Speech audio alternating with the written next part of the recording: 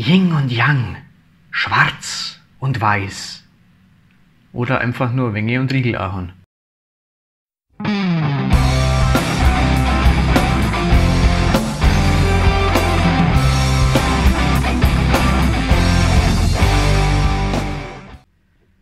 Hallo, ich bin der Andi. Herzlich willkommen zurück auf Handgedreht.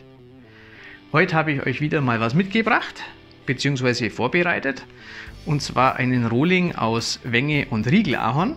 Das Ganze wiederholt sich dann nochmal. Insgesamt 4 Klötze, die ich schon im Vorfeld verleimt habe. Den unteren, muss man fairerweise sagen, könnte man sich auch sparen, wenn man sich nicht vermessen hätte beim Zusägen von den Teilen. Der dient lediglich, dass man es dann besser spannen kann, bzw. man von dem unteren Klotz die volle Höhe ausnutzen kann. Das Ganze wird eine Muskatmühle, aber nicht irgendwie eine einfache Muskatmühle. Nee, man sieht schon daran, dass ich kontrastreich zweierlei Hölzer miteinander verleimt habe. Ist aber nicht das einzige Spezielle daran. Das ganze Ding wird gedrechselt über 3 Achsen, eigentlich über 4. Man braucht für die Bohrungen auch die mittige Achse, beziehungsweise um das ganze Ding rund zu drehen.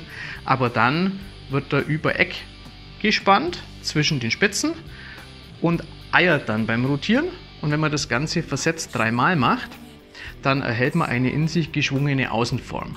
Sieht ganz spannend aus, habe ich auch schon mal ausprobiert bei einer Vase, bei einer kleinen und auch bereits bei einer Pfeffermühle. Ich wünsche euch jetzt viel Spaß beim Video. Wenn euch diese Art von Video gefällt, dann lasst gerne ein Like da. Abos sind natürlich auch immer willkommen. Ich freue mich auch über Kommentare. Viel Spaß euch jetzt! Zunächst bohren wir jetzt mal an der Grenze zwischen dem dunklen und dem hellen Holz eine Zentrierbohrung. Zentrierbohrung deshalb, das Wengeholz ist härter und dichter als das Riegelahornholz und möchte nicht, dass mir der Bohrer dann entsprechend arg verläuft. Problem bei meiner Bohrmaschine ist, dass das Tischchen nicht allzu stabil ist. Es gibt nach.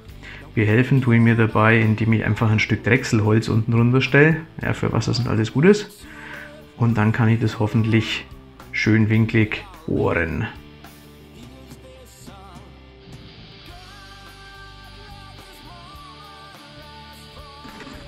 Von der Tiefe her bohren wir genau bis zur Hälfte vom Rohling durch.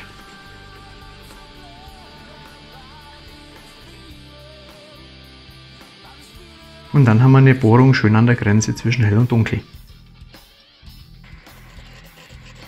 Dann drechseln wir unseren Rohling erstmal rund.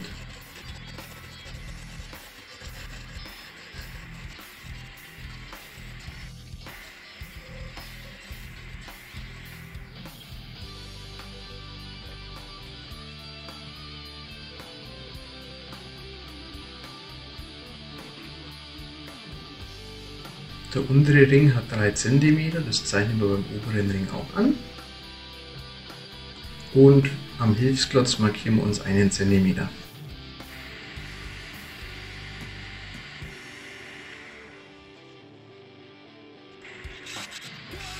Dann können wir mit dem Abstecher den Rezess anfertigen.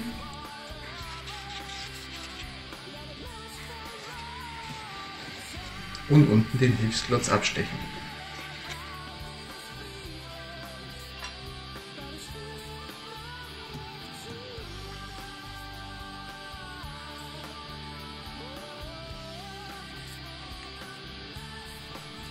Nachdem wir unseren Rohling jetzt rund gedrechselt haben, haben wir unseren Zylinder ja vorne und hinten mit dem Mittelpunkt von Hintkörnerspitzen markiert.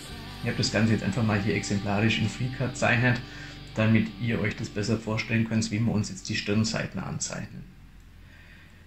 Das erste, was wir machen, wir zeichnen von dem Mittelpunkt, den wir ja haben, eine Senkrechte nach außen.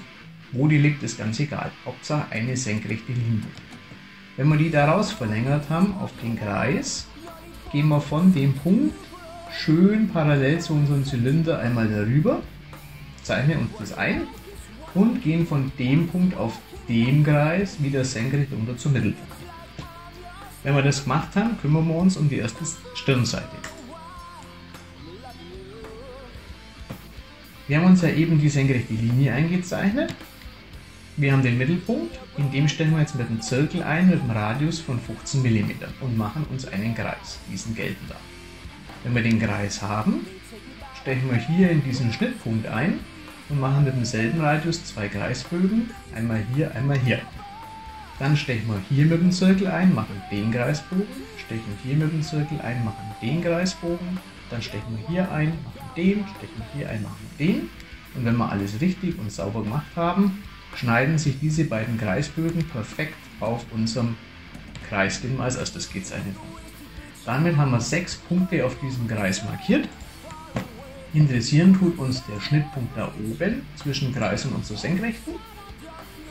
Dann der übernächste Punkt und wieder der übernächste Punkt. Wenn wir dann diese 3 Punkte haben, markieren wir den oberen Schnittpunkt als Punkt Nummer 1 im Uhrzeigersinn, den hier als Punkt Nummer 2 und den hier als Punkt Nummer 3. Damit ist unsere erste Seite fertig markiert. Dann wechseln wir auf die Rückseite von unserem Zylinder. Jetzt sehen wir auch was. Haben ja hier auch unsere senkrechte Linie schon vorhin übertragen.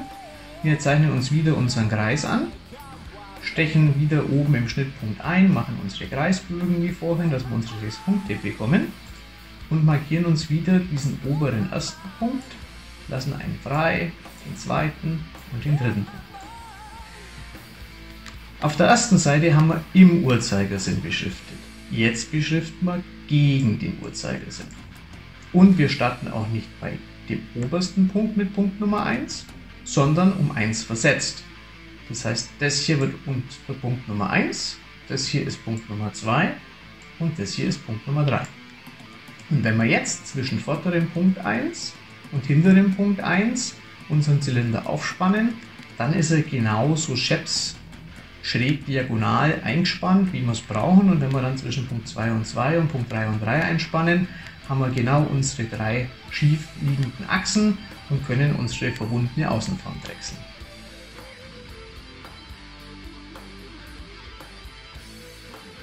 Dann spannen wir unseren Klotz zwischen Punkt 1 und Punkt 1.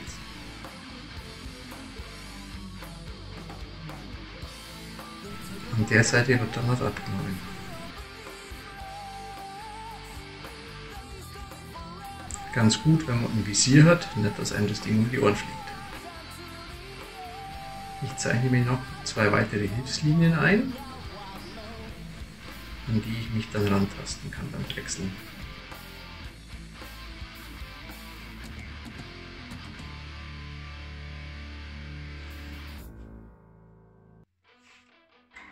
Beim Drechseln selber nehme ich keine allzu hohe Drehzahl. Es eiert ja doch recht arg, dass die Vibrationen sich in Grenzen halten und man muss relativ vorsichtig wenig Span abnehmen. Beim Drechseln dieser Form muss man beachten, dass man vorne und hinten einen größeren Radius sozusagen zum Abdrechseln hat als in der Mitte. Das heißt, man muss die Form mit dem Drechseleisen nachschreiben, so eine geschwungene Form, dass man in der Mitte sozusagen genauso viel Holz abnimmt wie außen. Ja, außen nimmt man ja dadurch, dass es mehr eiert, mehr ab. Wenn man einfach parallel entlang fährt, dann muss das Drechseleisen also in einer geschwungenen Form außen ein bisschen weiter weg, innen ein bisschen weiter hin und dann wieder zur anderen Seite außen wieder ein bisschen weiter wegführen.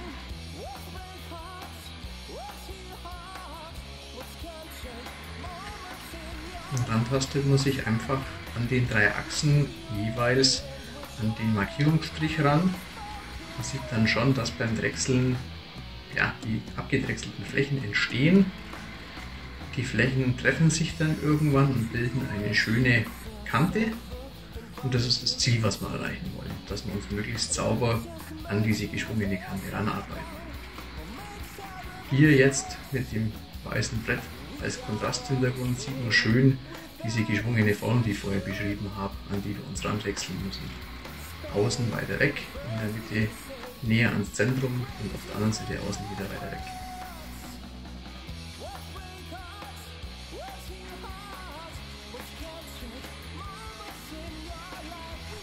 Man sieht schon schön, wie diese dreiachsige geschwungene Form entsteht. beim Umspannen muss man immer darauf achten, dass man wieder zwischen mit denselben Zahlen markierten Löchern einspannt. Nicht, dass man sich sehr schöne Form, die man schon so mühevoll gedrechselt hat, wieder kaputt macht.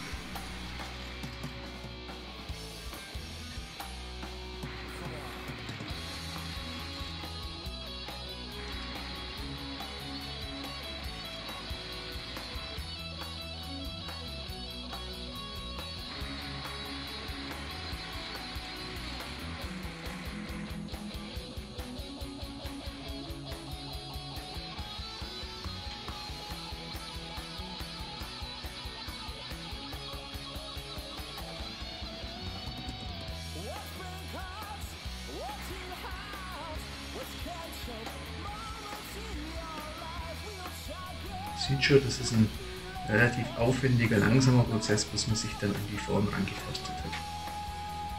Aber wenn man dann die grobe Form gedrechselt hat, dann geht es ans Schleifen. Nachdem das Ganze ja über 3 Achsen rotiert und dabei recht eiert, kann man das natürlich nicht an der Maschine, bei rotierender Maschine machen, sondern man muss die komplette Fläche von Hand schleifen. Ja, von Con 80 bis Con 400. Ist man dann auch eine ganze Zeit lang beschäftigt, bis die Oberfläche schön glatt ist.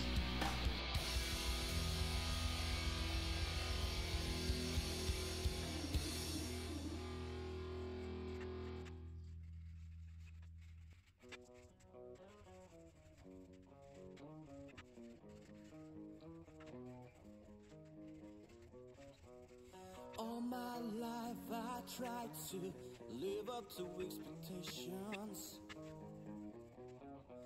Try to hush the voice inside my mind.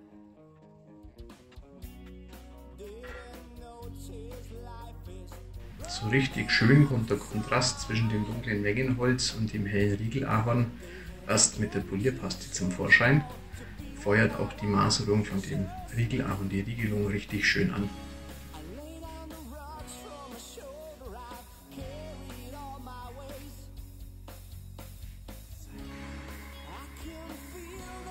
Dann fange ich auch schon mal an, die Außenform soweit fertig zu machen, aufzupolieren.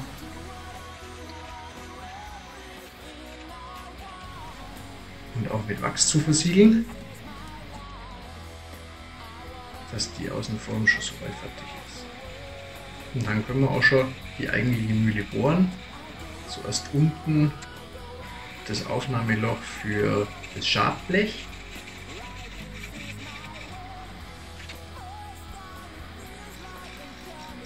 Dann können wir auch das restliche Hilfsholz unten abstechen.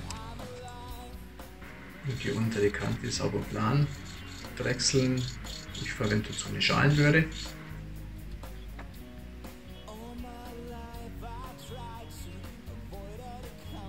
Dann bohren wir das Loch unten, wo der Mitnehmer, der die Muskatnuss mitnimmt, sozusagen dann drin läuft, beziehungsweise die eigentliche Nuss drin sitzt.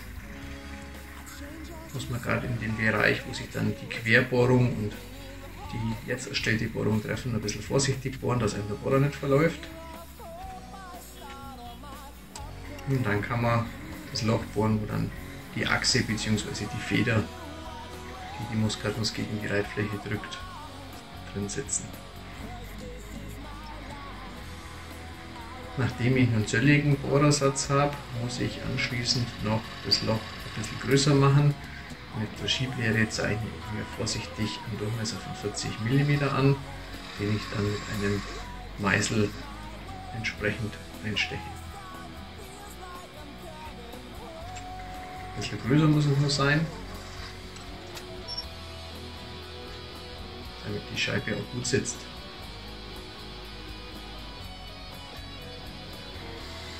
Mit dem Hilfsklotz schleife ich dann die Unterseite auch von Con 80 bis Con 400. Verschleife auch die Innenform.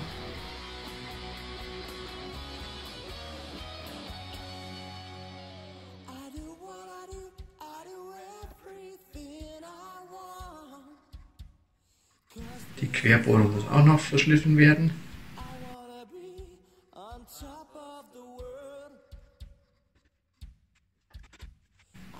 Und dann kann ich das Ganze mit Polierpaste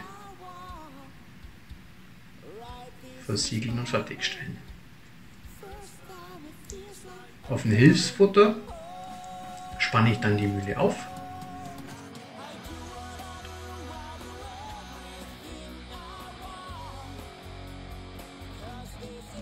Und kann dann oben den Rezess abstechen.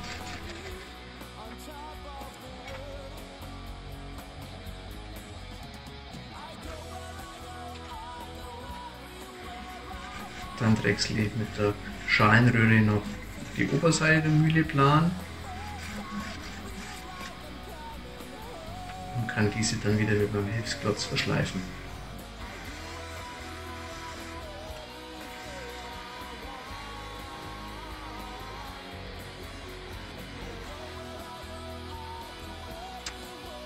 Zum Schluss müssen wir noch die Bohrung für die Achse für uns fertigstellen. Das ist eine Durchgangsbohrung, die dann bis in die andere Bohrung mündet. Ein bisschen noch nachschleifen und dann wieder aufpolieren.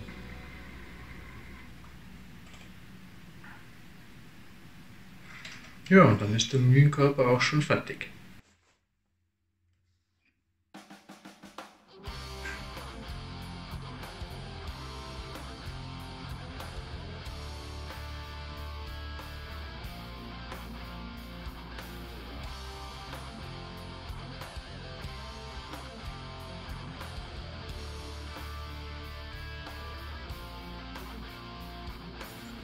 Der Bausatz fürs Malwerk besteht aus der Achse, dem Mitnehmer, der Reibscheibe, einer Feder, einer Kurbel und 4 Schrauben. Beim Positionieren der Scheibe muss man darauf achten, dass die Bohrungen seitlich neben der Querbohrung liegen. Ansonsten würden die Schrauben mit der Querbohrung rauskommen.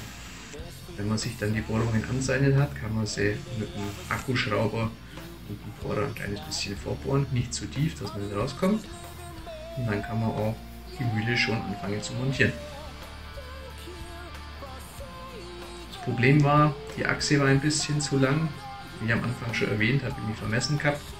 Habe mir beholfen, indem ich das Gewinde der Achse ein bisschen nachgeschnitten habe und die Achse dann um einen knappen Zentimeter verkürzt habe. Und dann kann die Mühle montiert werden.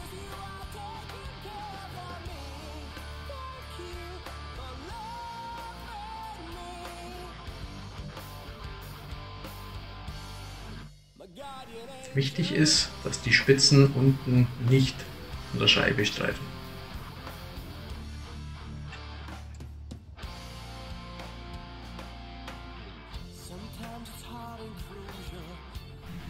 Die Schabscheibe festschrauben.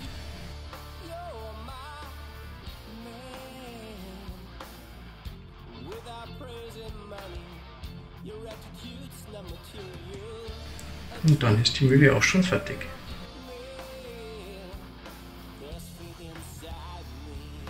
Schön ist sie geworden. Mir gefällt diese geschwungene Form und die Kombination aus Hell und Dunkel sehr, sehr gut.